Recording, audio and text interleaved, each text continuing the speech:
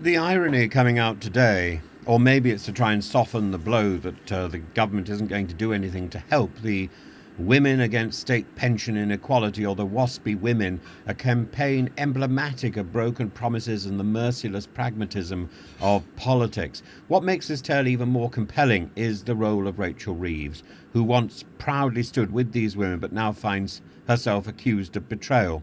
Reeves, now Chancellor, in a position to help, was once their staunch ally, and she appeared in photos holding placards pledged to fight for a fair solution, and spoke in debates decrying injustice inflicted upon these women. Her mother was among those affected, giving her a personal connection to their cause. She championed partial concessions in 2011, celebrated a victory limiting the wait to 18 months, but admitted it was not enough.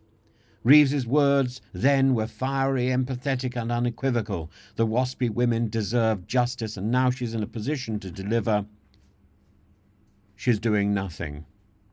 What it tells us is not so much that she is constrained by her office, but that her words are worthless.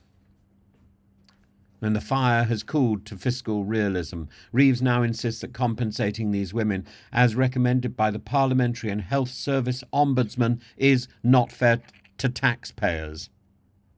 She cites the 10.5 billion cost and claims 90% of women were aware of the changes, though this figure, critics argue, is cherry-picked. The contrast between the passionate campaigner and the pragmatic chancellor has not gone unnoticed. The WASPI Women campaign centres on women born in the 1950s, blindsided by the acceleration of the pension age from 60 to 65, then to 66, and for many, the changes shattered retirement plans, forcing them to work longer in low-paid or physically demanding jobs. And the government's communication, or lack thereof, compounded the problem, with thousands unaware of the changes until they were imminent. The Ombudsman found maladministration and proposed modest compensation of up to £2,950 per woman, a fraction of the losses they endured. Yet both the Conservative and Labour parties have turned away, leaving these women caught between rhetoric and reality. Keir Starmer, Liz Kendall and Reeves now argue that the taxpayers cannot bear the burden. And this marks a shift from Labour's earlier promises under Jeremy Corbyn, whose 2017 and 2019 manifestos pledged compensation. And the Conservatives predictably leapt on this reversal, branding it betrayal. Labour counters that fairness demands prioritising broader pension support rather than a specific compensation package.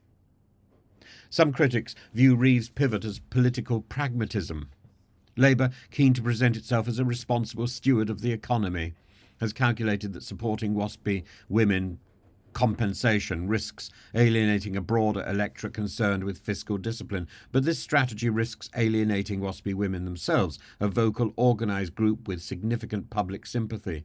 The WASPI case isn't merely about pensions. It's a litmus test for government accountability. It's also a test for truth. Accepting maladministration but refusing to make amends sets a troubling precedent.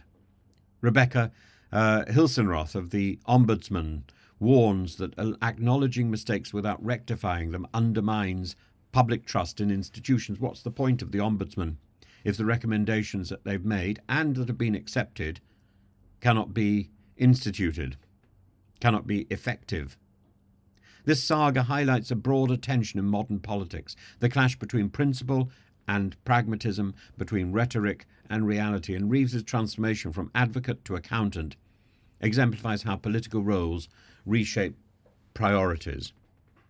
Rachel Reeves' defence, "I have to account for every penny," might ring true in Treasury spreadsheets, but it echoes hollowly for women whose lives were upended by government decisions and a simple slash of the pen. This isn't about numbers, it's about justice and about the social contract. In 2016, Reeves stood with her mother and the unions, urging the government to think again. Today, many ask if she too should heed that advice. For the WASPI women, the fight continues, not just against one party, but against a system that seems unwilling to right past wrongs.